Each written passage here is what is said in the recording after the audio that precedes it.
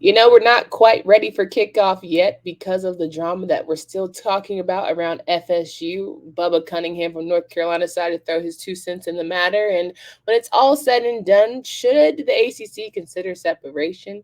And if they do, is it really silly? Because at the end of the day, where will everybody go? You are Locked On ACC, your daily podcast on the Atlantic Coast Conference. Part of the Locked On Podcast Network, your team every day.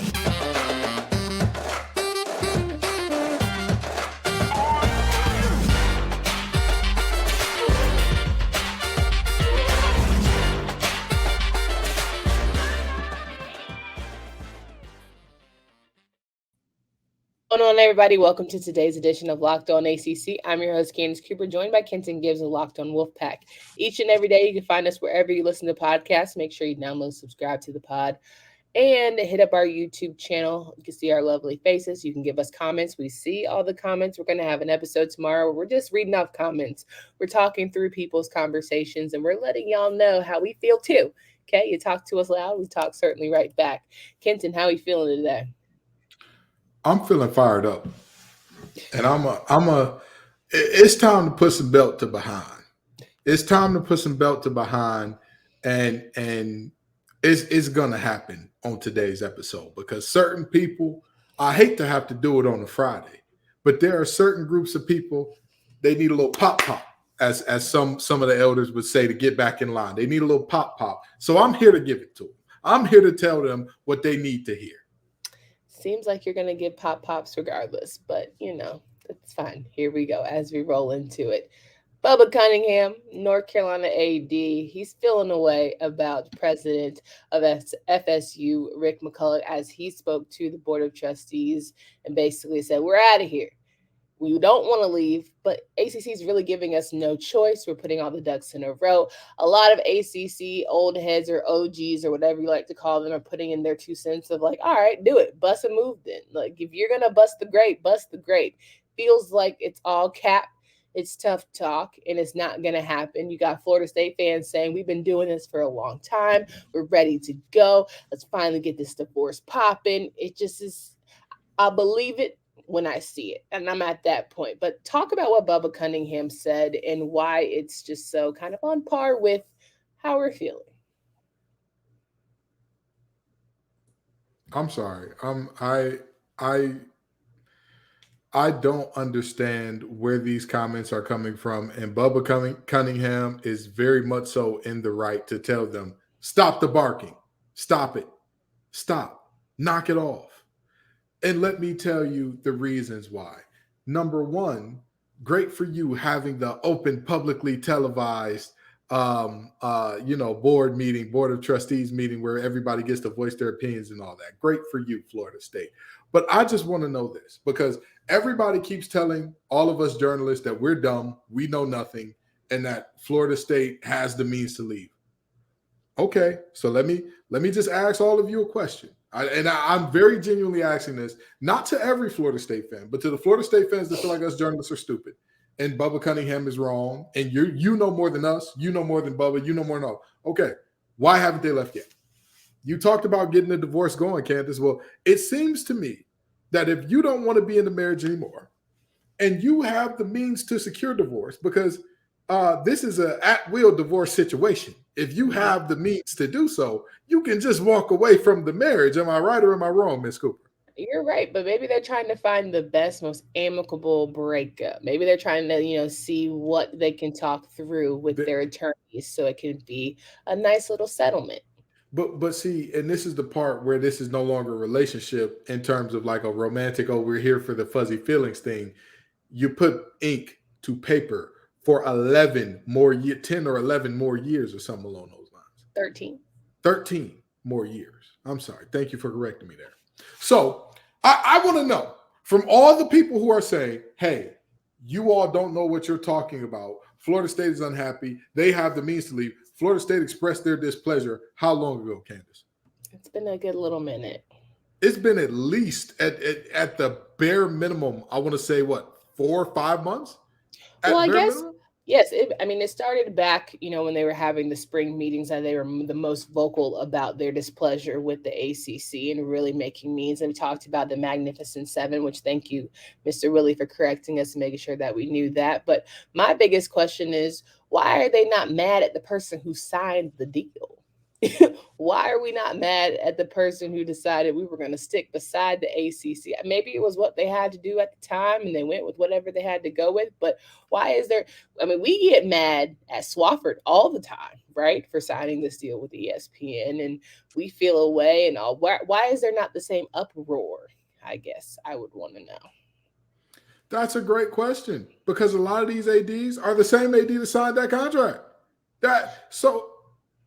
So what is the deal? What is the question? And I know some ADs have been replaced, some chancellors have been replaced, some of the decision makers have been replaced, and that's fine and dandy. Not mad at that. But again, I need to understand, what do y'all think is going to happen from all of this yapping about what needs to happen here? I genuinely want to know what Florida State expects to do. You're expecting to give pressure or to pressure the ACC to change more. With what leverage? With what leverage? Respectfully, you don't even have championship leverage, and I get that you have big brand and 100 million, I understand all of that. I receive that. FSU is that, garnet and gold means something, holds weight, 1,000%. But why are you blaming having janky facilities on the ACC? But here's it. So no, seriously, why is there blame there? But here's my other part of this. How, and I don't want to be disrespectful here. I really want to find the best way to say this because I was workshopping this before we got on there, and I couldn't find a nice way to say this, and that's why you saw me kind of frozen at the beginning there when you asked your original question, because I was trying to find a nice way to say this. How much do the facilities matter? How much do you need to go above, beyond, have more? If a player doesn't want to come to your university because you don't have a lazy river, maybe that's not the player for your program. What is going through your head? Listen. We always talk about how people get it out the mud. But if these kids go to these schools where they are pampered and primped, are they is it the same? Because in the day I was looking at this pod from some of the Georgia football players, and they basically said, if you're not here to work, what you here to do? All the pomp circumstance means nothing if you're not here to put your toe on that line and get to work. I'm going to say this. I come from the west side of Detroit, a place that is known as Plymouth Square Apartments, okay? It's not necessarily a project, but it's more or less that type of deal. Old folks, assisted living, WIC, EBT, all that type of deal. When I came to NC State, and I'm talking Raleigh, North Carolina, NC State, not known for the greatest facilities in the world, all that, I looked around at the campus and at the facility and said, wow, this is amazing. This is crazy. And don't get me wrong, I've been to Ohio State, Michigan State, all those, I've been to tons of schools around the country that had crazy facility. I've been there. I've seen the best facility. I've been out to Oregon, seen the best facilities in the nation. All of it, once you get past a certain level, it's all the same. Fair. It's all the same. All of it. It does not matter if you have a chef or that's making filet mignon every day. It's just food at a certain point in time. It's just food. Because you don't have top 5-star recruits who are able to capitalize on said filet mignon, and they can't, give you the best workouts each and every day because they don't have the, game readies and all the things. What is the more you put your boots on, and you have the what's it called? Vortex. Come on, the Normatex. Yes. They don't have that, and that's the reason why they can't recover fast enough. But that's the thing. Every college has those now. Every college. And that's my point. That's really getting me amped up and activated about this, because what are we really doing here? Yeah. I read an article earlier today that pitched a hypothetical that blew my mind and it actually deeply saddened me. an excerpt from this article, and I really, again, I hate being that guy that's like a negative Nancy, because I want everybody to get paid. I want everybody to get what they deserve and all that. But these things really and truly do at a point become just nonsensical. So the phrase here that I want to use is this, or the excerpt of this article. The article is entitled "Cash Grabbing Power Players Are Sending College Sports into a Soulless Spiral." That name alone should tell you what's going on here. But let me read this excerpt out of this article from ESPN. The hysteria around, actually, no, let me go a little bit deeper than that. Basically, what this thing is talking about is how all of the conference realignment, a lot of this is nonsensical. A lot of this is just, it's folks looking for money where you don't necessarily need it. And here's the excerpt. It's all deeply insulting and hypocritical for a bunch of millionaire leaders who bloviate about student athlete welfare, then assign them geographically ridiculous tasks. The leaders of college athletes don't care about the athletes or the fans. They'll push them both to the point of breaking in search of a higher profit margin. That's great. I would have loved if you have saved that for, section 3, where I have it right there. If it's realignment talk is silly, but it's fine. It's you. I'm going to put a pin in that because I want that to marinate for folks, because it is very important that we talk about all of those things. And ultimately, we're losing the plot of why we're doing this college here football. But these days, every new potential hire can feel like a high stakes wager for your small business. You want to be 100% certain that you have access to the best qualified candidates available. That's why you have to check out LinkedIn Jobs. LinkedIn Jobs helps you find the qualified candidates you want to talk to faster. Post your job for free at linkedin.com/lockedoncollege. That's linkedin.com/lockedoncollege to post your job for free. Terms and conditions do apply.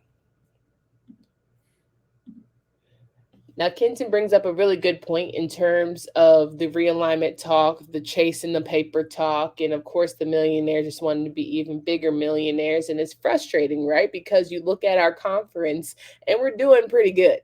Clemson is not a scrub. Florida State has a really good season ahead of them. And we had at one point Wake Forest being top 10 team in the country. North Carolina has arguably one of the best quarterbacks in the nation. And yet we're telling ourselves, should the ACC even consider being a thing?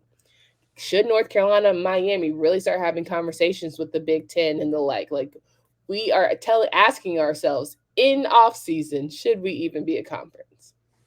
And my question to that is, where do most of you go? Where do most of you go? Most of us don't go.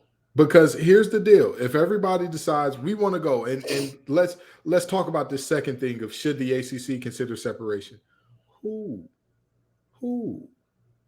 Of the top schools that we think of right now, okay, let's talk about the schools who got $300 million to give away.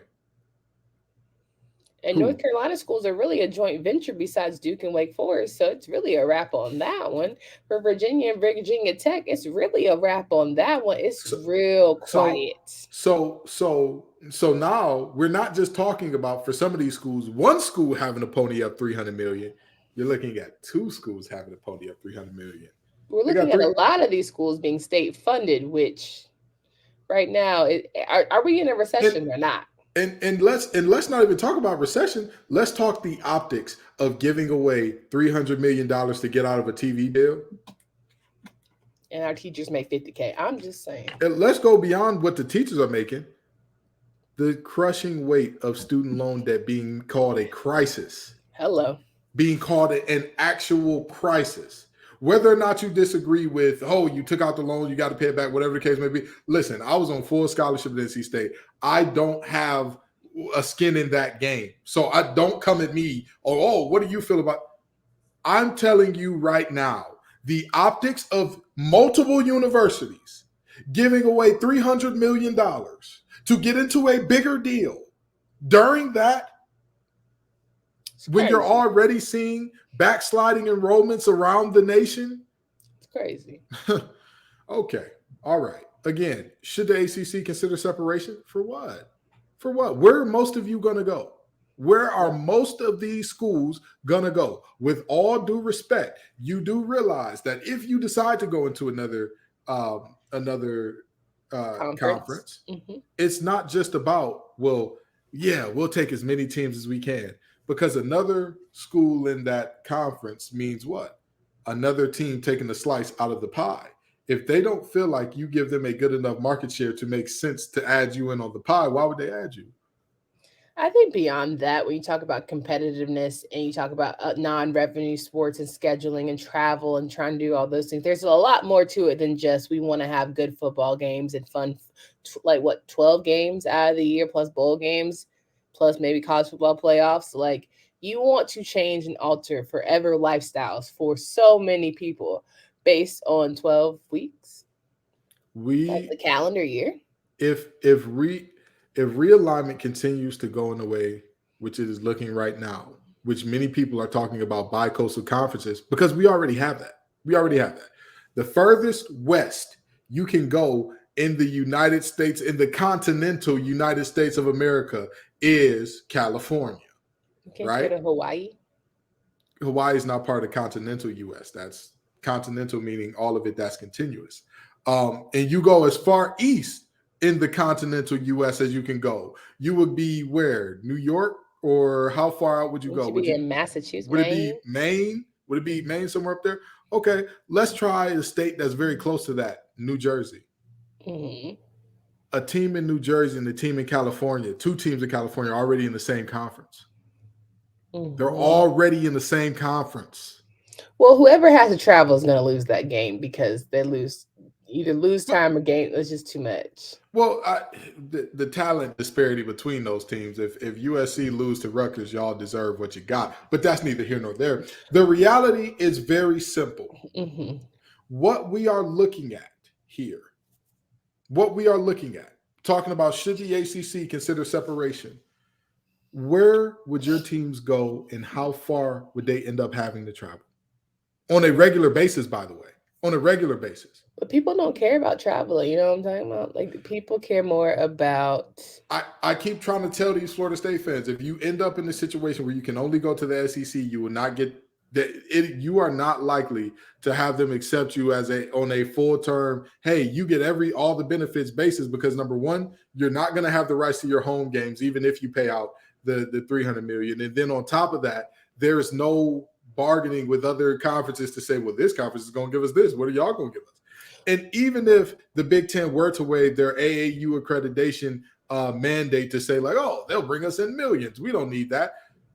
You're betting on them dropping that accreditation mandate to negotiate with you to come in. I mean, if you think about it, though, Ken, at the end of the day, people want to test the waters. They want to see how good it is. You know what I'm saying? They want to see what it's like in a conference that is just, making money hand over fist. Good for you. Championships be damn. College football playoffs be damn. They want to be competitive. You're already receiving tens of millions of dollars a year. How many more tens of millions do you need? And beyond I understand that you're saying, beyond that, did you just have a Twitter Spaces wanting to fire your coach? Y'all can't even get a solid regime together, let alone worried about whether or not y'all could be competitive, and y'all can't be competitive because of what you're producing on the field. And you talk about, oh, well, it's only been a couple bad years, don't let that consume your mind, but it's like again, I very seriously talking about should the ACC consider separation, who and for what, where would all of y'all go, and again, do y'all have the exit ticket? Do you have the exit ticket? And is the new conference that you're going to be okay with you splitting time? But like we say, is this all really silly? I think we are very much losing the plot. I know people don't like to show the humanistic side of all of this. I know people don't care about how this affects these young men and women, but let's be for real. Even if you have some of the nicest facilities, a lot of y'all ain't making it to the league no how. So enjoy these 4 years while you got them. Because you ain't going to have no lazy river in the real world. Let me tell you, that 9 to 5, you're going to be right here pushing the pavement like the rest of us. So it's just hard for me to wrap my head around, blips in time versus longevity, careers, NIL money, opportunities that I think are very much out there for these young men and women. But we're focusing too much on, can I get a TV deal for another rich executive? I 100% agree. And fans, I am saying this from a very genuine spot in my heart. Pushing for your team to make, X amount of millions more, it sounds great. It sounds amazing. In theory, it like literally more money is never a bad thing. Sure.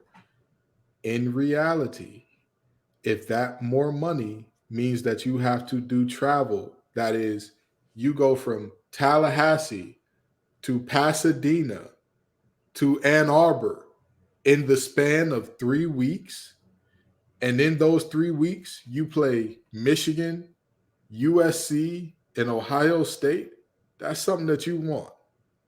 Well, beyond that, like, let's just keep it a buck. At the end of the day, maybe that's what they do want. Maybe that they want to seriously see just what it's like, and they want to enjoy these quote unquote greener pastures, and have at it. More power to them, and more. And let me say this, right? Of course I talked about the Big Ten, which I've already said the AAU accreditation and all that, and they'd have to drop that accreditation. Well, they're saying that doesn't matter anymore. Sure, it doesn't. Sure, yeah, of course. Anyway, yeah. So what I think is very funny, and I'm gonna say this is, you know what? See, because now you got me ready to go on a whole different tangent. Please don't. I think it's so interesting how nothing matters to Florida State, and yet they're still here.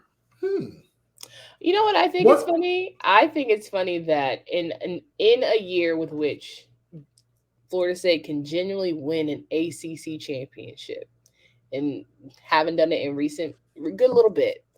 We are not focused on the players. We're not focused on the season. We're not focused on Norvell. We're not talking about the hype of that. Like, we are solely focused on you wanting to leave the conference rather than getting excited about what could potentially be. Very true. But I very genuinely want to understand the psyche of maybe it's reverse psychology because they don't think they're going to come through. Maybe they're trying to distract us. I'm trying to do the math here, okay? Because they know something about Jared versus ankle. We don't. But I just want to understand, right? I just want to understand. What did they say on the X-Files? What was the phrase on X-Files? I want to believe. That with aliens, I don't watch this. I want to believe Florida State. So for the rest of this show, I'm gonna be on y'all side. I want to believe, so I'm gonna go with you, okay? So they got the check. So this is where I'm going. So Florida State fans said, or the actual board of administrators said that the grant of rights, the actual document, won't be a problem.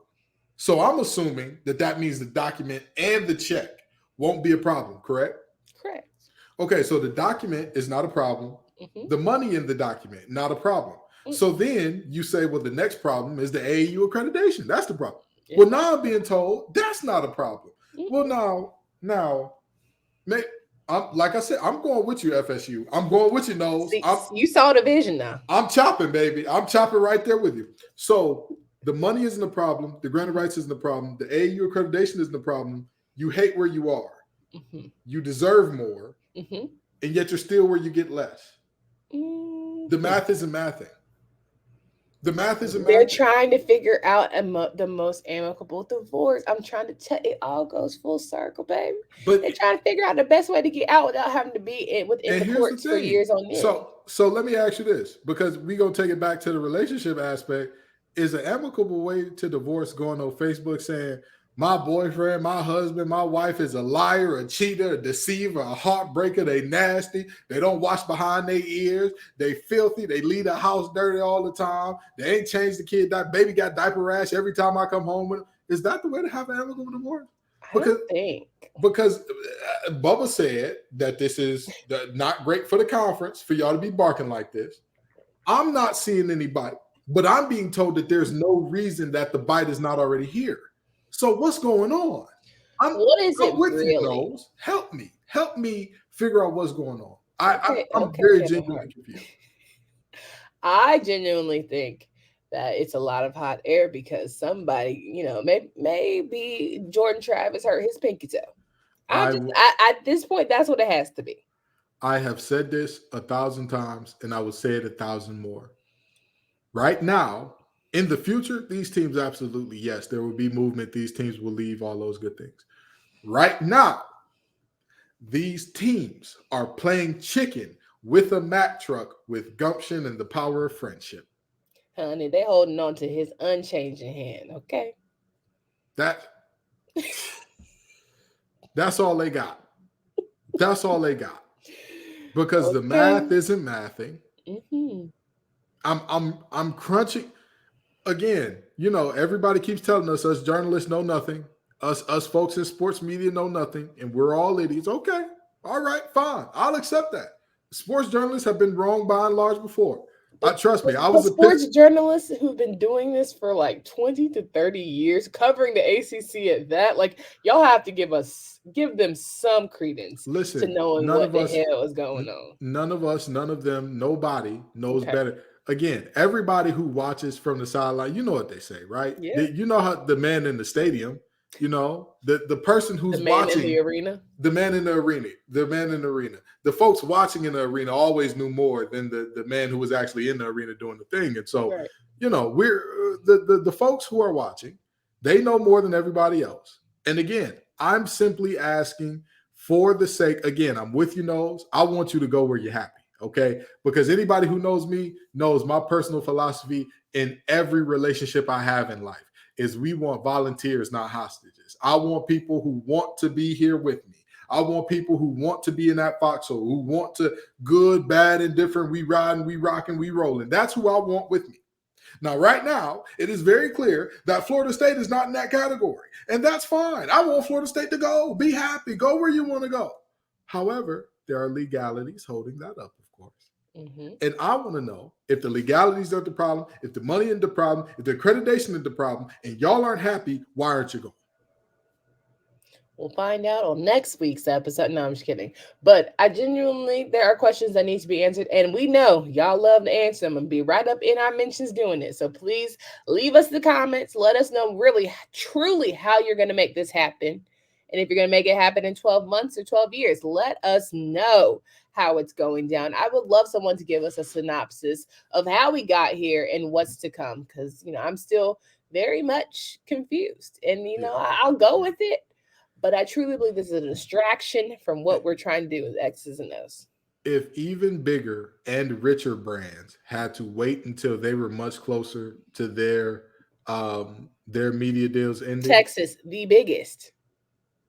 A team with their own network through ESPN. Hello. Had to wait until they were close. Child. But now, again, all of us sports journalists, all of us people who work in the industry that deals with these types of things, we don't know anything.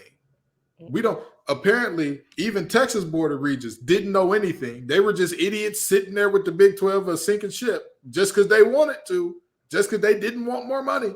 Oklahoma, same deal. They just didn't want the extra money. They just sat there. Again, I think that this push for extra money is pushing us to some very, very nonsensical places. And I think that we're having nonsensical conversations based on this push for money. Because, one of their board of regents said, we need to have an exit strategy by 2025. Good for you. Good for you. Come up with that. And I've been in the South for quite some time now. Mm-hmm. And I was raised in a family that, their roots trace back to Prattville, Alabama. And one thing that I've heard a lot in my life, oh, bless your heart. Bless your heart. And that's how I'm looking at that board of trustees right now with Florida State. Tweet through it, baby. Bless your heart. Bless your little heart, Because, and here's the thing. I know some people are going to say, oh, well, we'll be saying bless your heart once we exit. Hey, listen, if Florida State leaves, I promise you, it will not make me any richer or poor.